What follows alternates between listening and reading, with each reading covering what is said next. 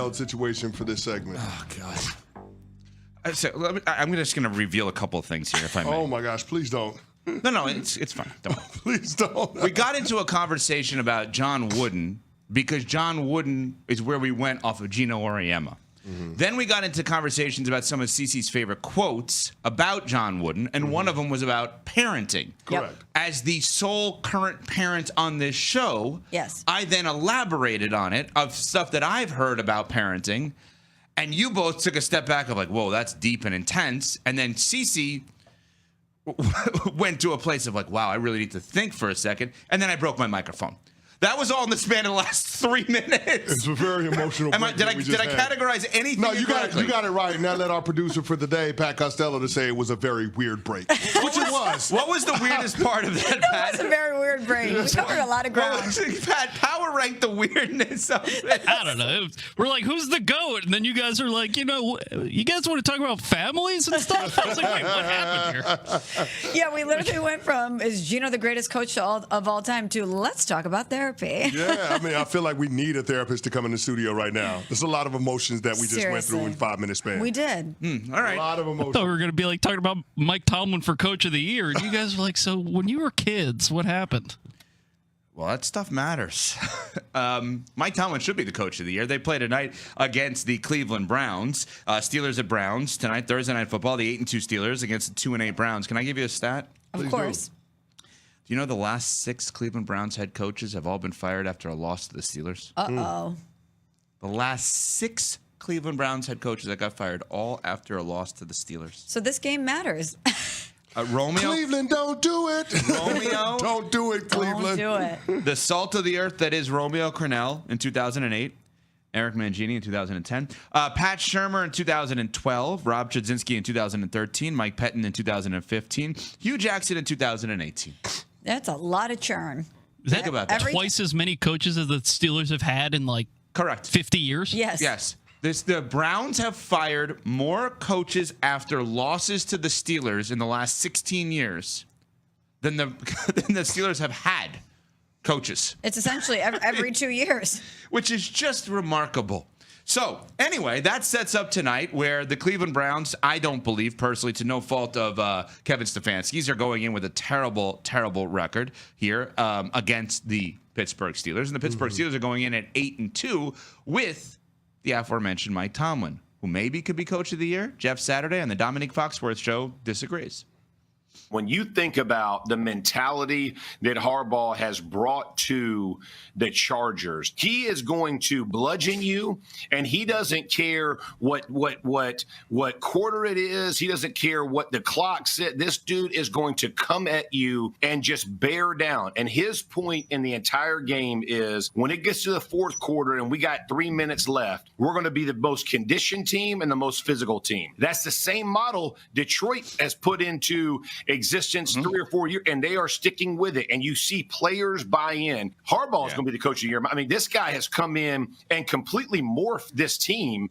The ESPN bet odds right now: Mike Tomlin plus 300, Dan Campbell plus 400, Jim Harbaugh plus 450, Jonathan Gannon of the Cardinals plus 650, Kevin O'Connell of the Vikings plus 650, and Dan Quinn of the Commanders plus 750.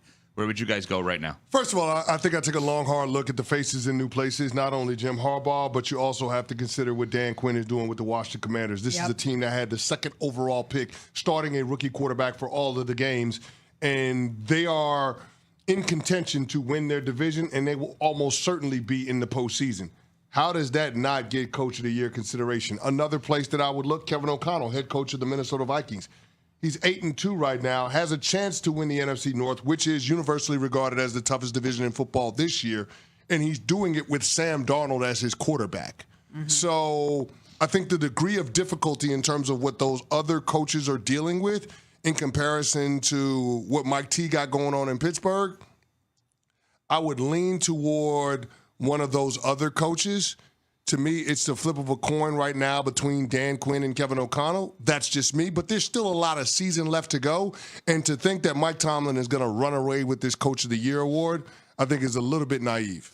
There's still a lot of season to go, you're right. And I look at Detroit as well, and losing Aiden Hutchinson and still being able to stay together and dominate games in the wake of that. That's very impressive to me what Dan Campbell has been doing in Detroit. But I think a lot of times when we talk about MVPs or coach of the year, we get a little bit of fatigue. And I feel like a lot of people, because Mike Tomlin has been so exceptional for so long, and we know that he's always going to put his team in the best position to win, that a lot of people aren't necessarily as impressed with what he's been able to do this year, which I think is completely unfair. He had what could have been a very combustible quarterback controversy with Justin Fields and Russell Wilson, and he somehow found a way to deal with that, start Justin Fields, who won some games for them, and then transition to Russell Wilson, who's been great for them. And there's been not 1 ounce of drama or 1 ounce of friction within the entire situation.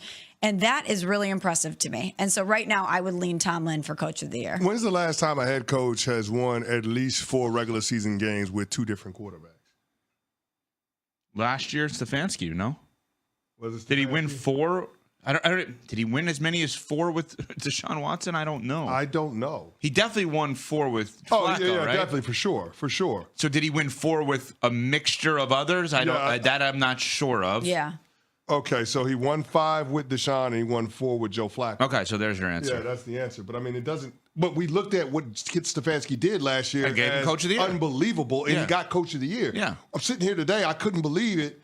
Mike Tomlin has never won Coach of the Year That's his crazy. career? in his career. So he's never won Coach of the Year. This man has gone 17 straight seasons without being below 500. He's never won Coach of the Year. The Pittsburgh Steelers have 20 consecutive years of not having a losing season.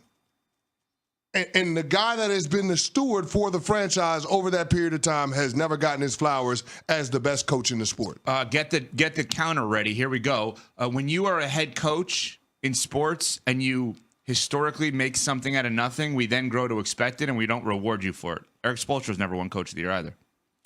But this is what I was saying. We're always looking for the new rather than acknowledging that just because someone has been consistently great at what they do, that does not mean that they should not get the highest accolade. Absolutely. Andy Reid has won Coach of the Year. Sean Payton has won Coach of the Year. John Harbaugh has won Coach of the Year. Jim Harbaugh has won Coach of the Year. When you consider the best coaches in the sport, they have won Coach of the Year. Why has Mike Tomlin not gotten the accolade? Why hasn't he gotten that award? Why hadn't he gotten that recognition? I get a lot of that gets washed with the Pittsburgh Steelers lore because it's one of the most functional franchises in the NFL. Ownership actually allows football people to take care of football business. Yeah. But there is no bigger figure in Pittsburgh than Mike Tomlin. Why doesn't he get the lion's share of the credit when it comes to the program's overall success? It makes no sense. Do you guys think they're going to win tonight against the Browns? Yes. Okay, so tonight clinches 18 in a row. Yeah. 18. 18 straight seasons without a losing season. Yeah. 18 in a row. And That's by the remarkable. way, for this team that was not supposed to be this good this year, they're in the running if they win the night for the number 1 overall seed in the AFC. There is no justification in my mind, despite how good Quinn has been, how good Campbell has been, O'Connell, all these guys, they've all been great. If the Pittsburgh Steelers are the number 1 seed in the AFC and they surpass Kansas City, Buffalo, and Baltimore, he must be Coach of the Year.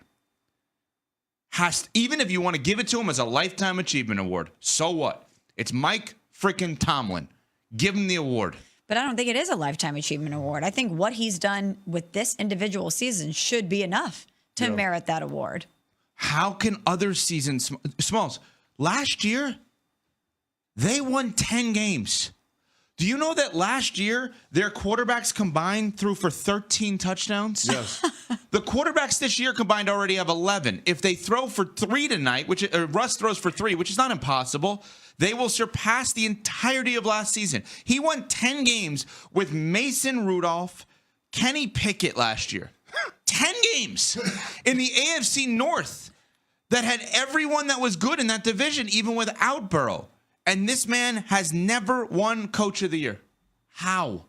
He could have the number 1 seed this year with Russell Wilson, who everyone wrote off, with Justin Fields, who the Bears got rid of. I mean, think about this for a second. The Bears said, nah, we're good. The Broncos, who stunk the last 2 years, still better than the Jets with Rodgers, they stunk the last couple of years. Please, Russ, leave us. We'll pay the 85 or whatever it is. We'll pay it off. And Tomlin can get the #1 seed with these guys, and we're not gonna vote him coach of the year. It's crazy to me. I will say this: his best coaching job to me was 2019 when he had Duck Hodges and Mason Rudolph and found a way to be 8-8. That is absolutely incredible. He should have won Coach of the Year for that one, but he's absolutely in the running for Coach of the Year this year. And I think that you're right. If he does finish with the #1 seed, he's probably going to get the award. I do think the complexion of that matters, though. They have a date with the Kansas City Chiefs down the line, Christmas Day. They got to win that game. How that goes is going to go a long ways to determining whether or not we're going to give him his props for what he's done this year. All right, coming up. Are the New York Jets the biggest mess in New York, or is there another? The Steelers' legacy continues to shine on football's grandest stage.